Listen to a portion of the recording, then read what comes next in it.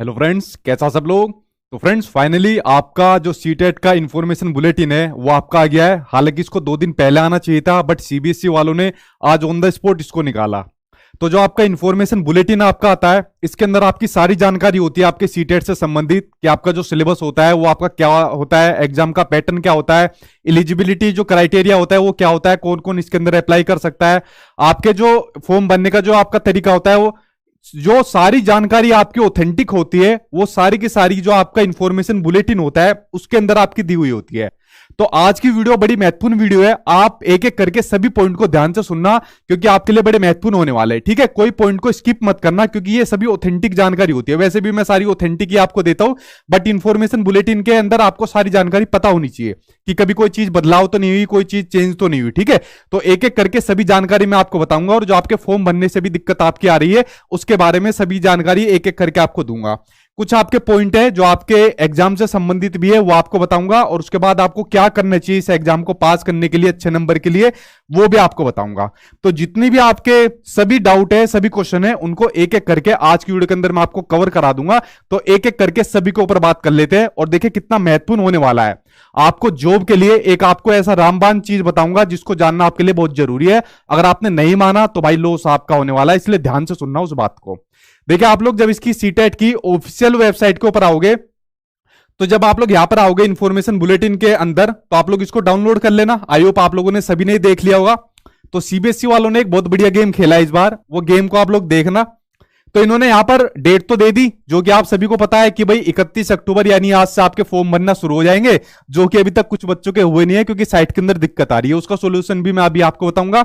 और 24 नवंबर तक आपके फॉर्म भरे जाएंगे। ठीक है, और उसके अलावा जो लास्ट डेट है फीस सबमिट की, वो आपकी 25 नवंबर तक लास्ट डेट है फीस भरने की। ठीक, उसके अलावा अगर आपके फॉर्म के अंदर दिक्कत आ गई, यानी आपने नाम के अंदर दिक्कत कर दी, फादर्स नेम में, मदर्स नेम में, या अपनी कास्ट के अंदर कुछ दिक्कत कर दी, तो उसकी करेक्शन डेट भी दी है इन्होंने कि भाई 28 नवंबर से लेके और 3 दिसंबर तक का आपके पास टाइम है। आप लोग अपने नाम के अंदर जो भी आपको करेक्शन करनी है फॉर्म के अंदर, आप उस करेक्शन को कर सकते हो।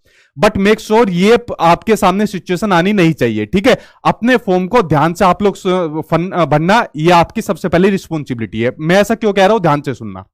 देखिए, केईवीएस की वैकेंसी की पूरी संभावना बननी है। ठीक है, कभी भी शायद आपको देखने को मिल जाए, भगवान ने चाहा तो जो शायद सीटेट का प्रोसेस चल रहा है, मेरी कई बात सच हो जाए।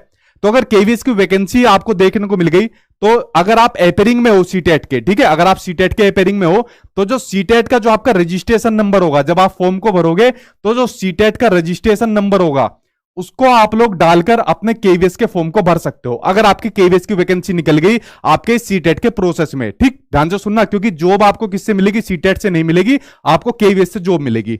अगर आपने यहां पर फॉर्म भरने में गलती कर दी तो आपको आगे दिक्कत आएगी। ठीक है, लेकिन आपको सीटेट पास होना पड़ेगा उसके लिए। ठीक, तो इसलिए मेक श्योर आपके फॉर्म के अंदर कोई भी गड़बड़ी, कोई भी दिक्कत नहीं आनी चाहिए।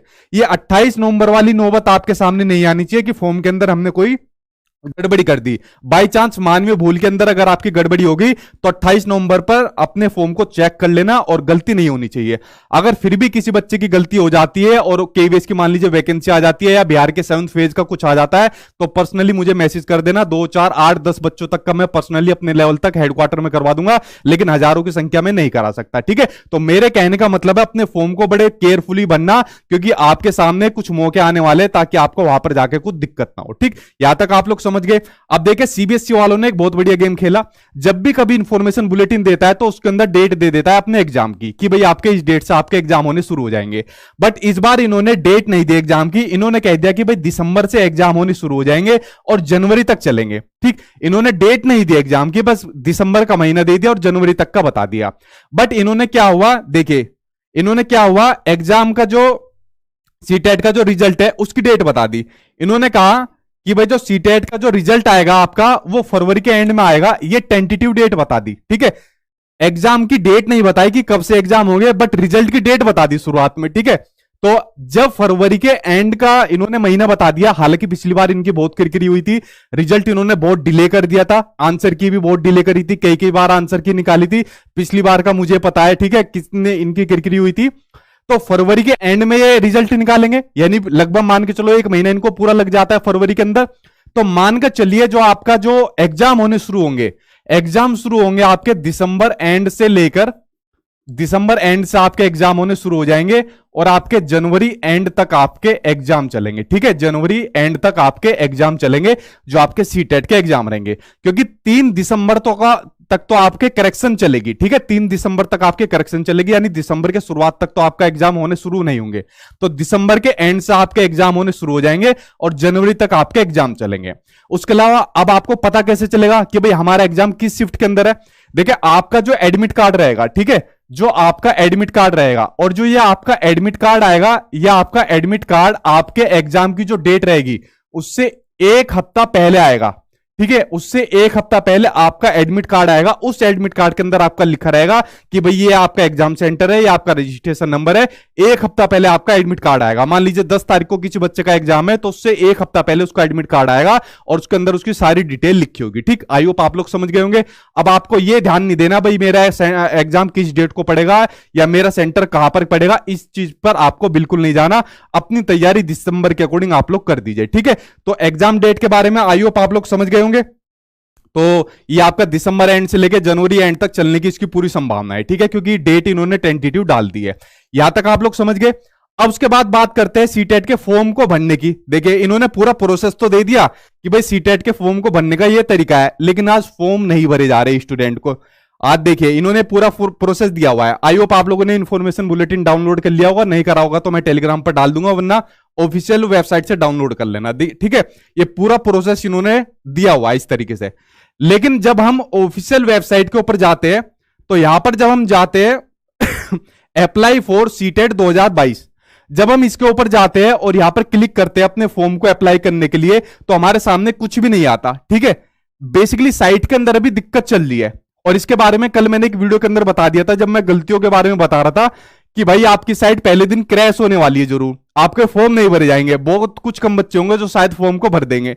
उसका सबसे बड़ा रीजन मैंने यही बताया था कि जो दिक्कत आने वाली है साइट के अंदर, वो दिक्कत जो सबसे बड़ी दिक्कत मैंने बताई थी, एक सेकंड कहा गया, वो दिक्कत आने वाली है जिसकी सबसे बड़ा रीजन था ये वाला एग्जाम सेंटर की जो ये वाली पॉलिसी थी, फर्स्ट कम फर्स्ट सर्व, यानी पहले आओ और पहले पाओ वाली पॉलिसी। अब मुझे पता था इसकी व्याख्या बहुत जबरदस्त होने वाली है, जो बच्चों के बीच में रहेगी, कि जो बच्चा पहले सेंटर को डाल देगा अपने, उसको उसी सेंटर को मिलने की सबसे ज्यादा संभावना रहेगी। देखिए, सिंपल सा एक काम करो, अपने घर के अंदर खाओ पियो और आराम से जाके सो जाओ और अपना पढ़ाई करो आज के दिन। ठीक है, आज आपका फॉर्म मेरे ख्याल से नहीं भरा जाएगा, कुछ बच्चों का अगर भर गया तो भर गया।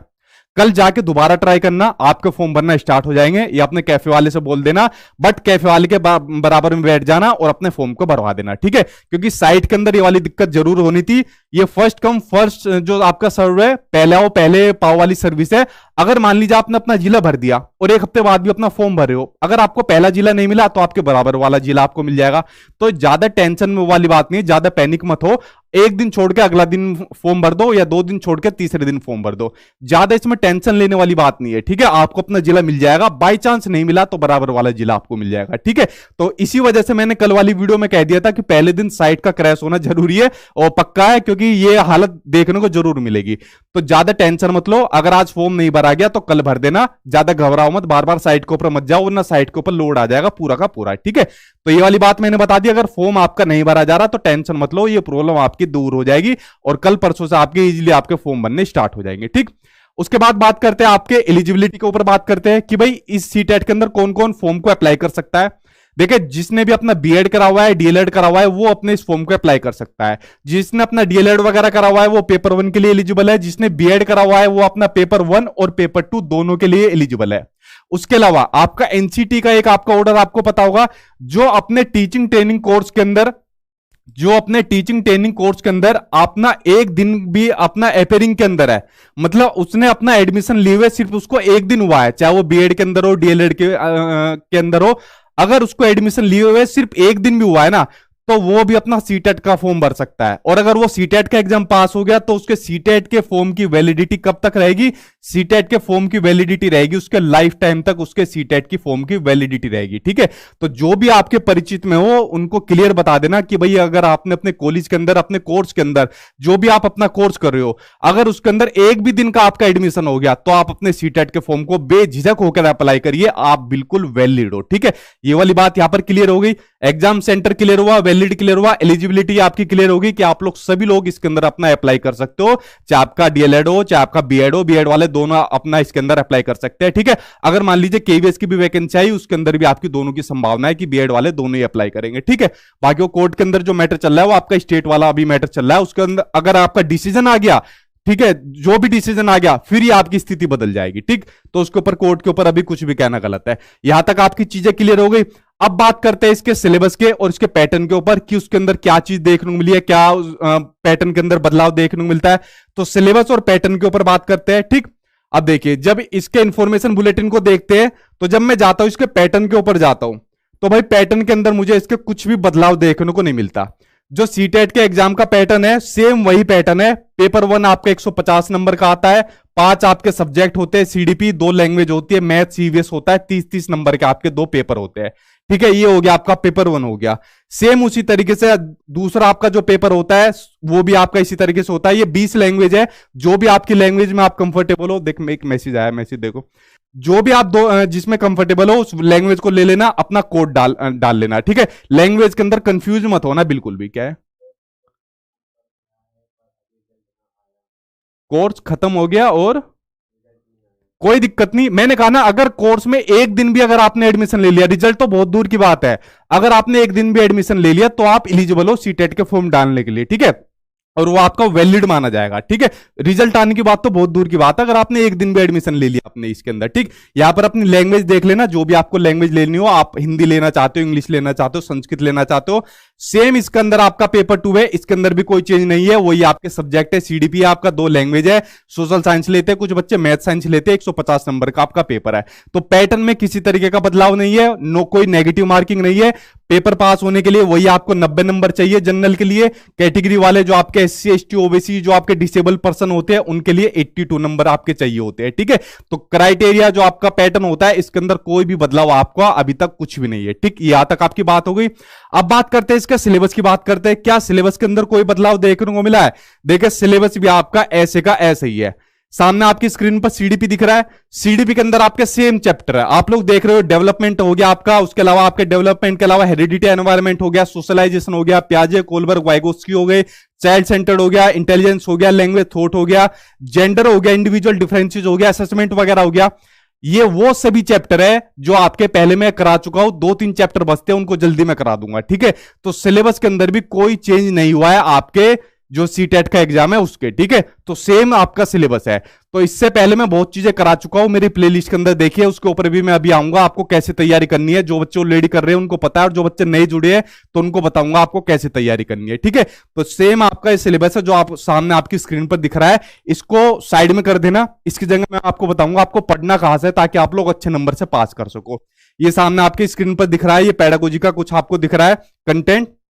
उसके अलावा 2 आपकी लैंग्वेज आती है, एक के अंदर आपका जो कंटेंट आ जाता है, यानी जो पैराग्राफ आ जाता है, गद्य आ जाता है, बाकी में आपकी पेडागोजी आ जाती है।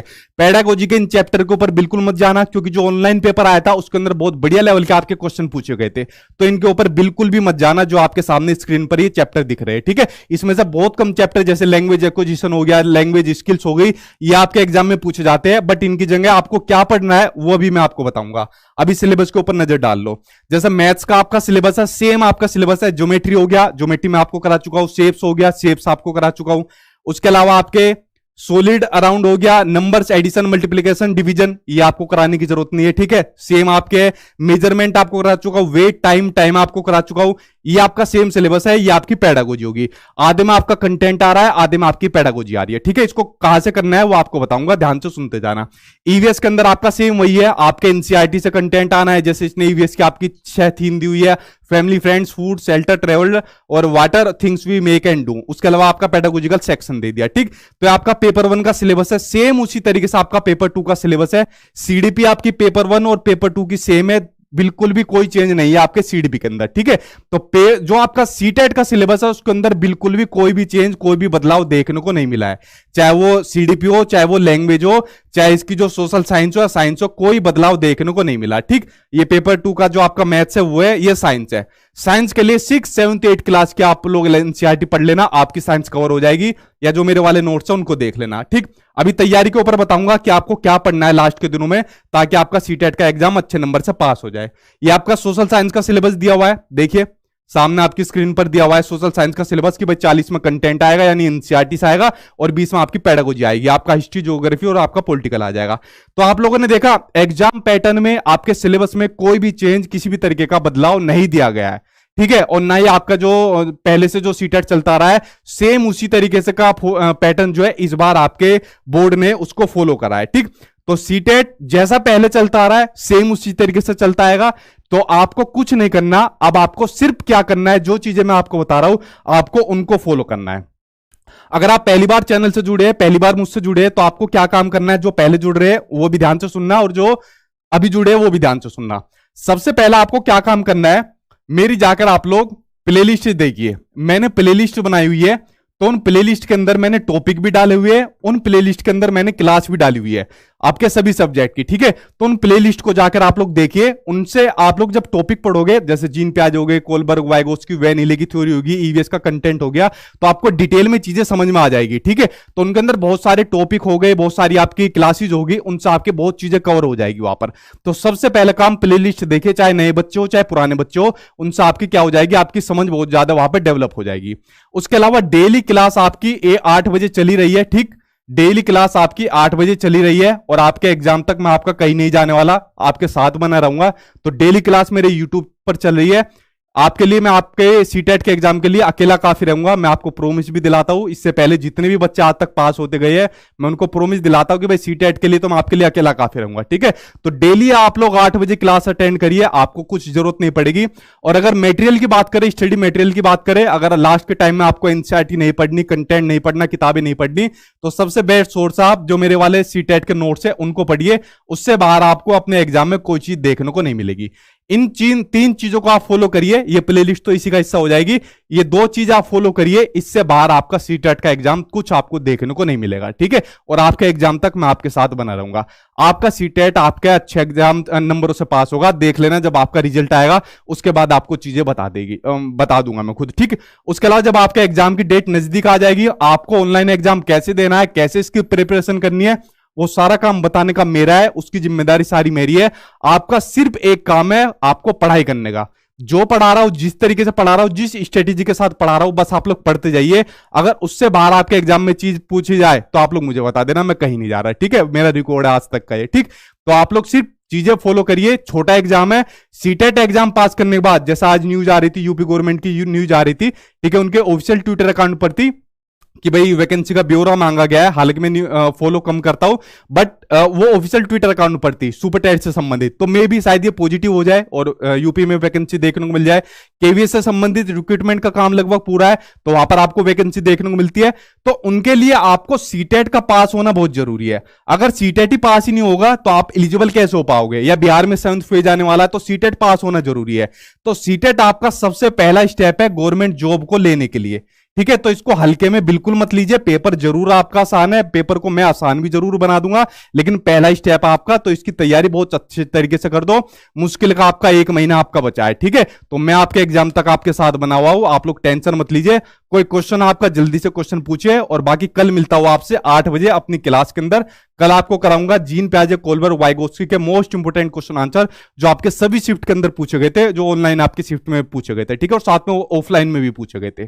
पूछिए अब आपका क्या क्वेश्चन है, एक एक करके सभी आपको बता दूंगा, ठीक। जी पूछिए, अब क्या पूछना है आपको। सर एग्जाम सेंटर इस बार एक ही चुनूंगा का ऑप्शन मिल रहा है, क्या करें, भर दो आप उसको। अगर एक ही मिल रहा है तो ठीक है। मैंने अभी उसको प्रॉपर खोल के नहीं देखा, क्योंकि मेरी यहां पर खुला ही नहीं है, क्योंकि मैं बार बार उसको ट्राई कर रहा था, तो मेरे यहां पर खुली नहीं। अगर एक ही ऑप्शन मिल रहा है तो आपको एक ही, फिर तो कुछ बचता ही नहीं है, ठीक है। लेकिन ऐसा कंडीशन आएगी नहीं, आपको अपना एक ही मिलेगा, उसके बराबर में कोई ना कोई जरूर मिलेगा, ठीक। क्योंकि मेरी यहां पर अगर खुलता तो मैं आपको कुछ जरूर बताता। और पूछिए। केवीसी वैकेंसी में अपेयरिंग वाले भर सकते हैं क्या? आने तो भाई, अगर आ गई तो आप जरूर एलिजिबल होगे उसके लिए, ठीक है, और नहीं होगे तो आवाज उठाएंगे, बिल्कुल उठाएंगे। लेकिन आप पिछली बार एलिजिबल हुए थे जब 2018 में वैकेंसी आई थी, सीटेट का रजिस्ट्रेशन नंबर डाल के एलिजिबल हुए थे। इसलिए कह रहा हूं कि इसको बिल्कुल केयरफुली फॉर्म को भरिए और इसके लिए बिल्कुल मतलब जी जान लगा के अपनी तैयारी करिए, ठीक। और पूछिए जी, सभी की कराऊंगा, टेंशन मत लीजिए। नोट्स आपको गूगल पर जाइए, गूगल पे लिखे sachinacademy.com, तो वहां पर जाकर आपको मिल जाएंगे, ठीक। तो आप लोग गूगल पर जाकर लिखिए। जब आप लोग गूगल के ऊपर जाओगे तो गूगल पर जाकर यहां पर लिखिए आप लोग sachinacademy.com, तो यहां पर मेरी वेबसाइट खुल जाएगी और यहां पर जाकर जो भी आपका पेपर हो तो यहां पर आप लोग अपना पेपर ले लेना, चाहे आपका पेपर 1 हो, दोनों पेपर हो और दोनों पेपर के साथ मॉक टेस्ट है। तो यहां से अपने नोट्स को डाउनलोड कर लेना और डाउनलोड करने के बाद नीचे एक पासवर्ड होगा, उस पासवर्ड को डालकर उसको आप लोग अपना उससे ओपन कर लेना, ठीक है। इसके अलावा ध्यान रहे, कोई किताब नहीं लेनी पब्लिकेशन की, कोई एनसीईआरटी नहीं लेनी, कोई प्रीवियस ईयर का क्वेश्चन नहीं लेना, यही इनके अलावा और आपको कोई चीज नहीं लेनी, ठीक है। बस क्लास आपको फॉलो करनी है। और पूछे क्या क्वेश्चन आपको पूछना है, फिर मैं वीडियो को स्टॉप कर देता हूं। जी, मैथ में कराऊंगा, सभी सब्जेक्ट में कराऊंगा। मैंने कहा ना डेली 8 बजे क्लास चल रही है, सभी सब्जेक्ट को मैं कराता चलूंगा, ठीक है। चलिए अब मैं वीडियो को स्टॉप करता हूं। आई होप आप लोगों को जितने डाउट थे वो क्लियर हो गए होंगे।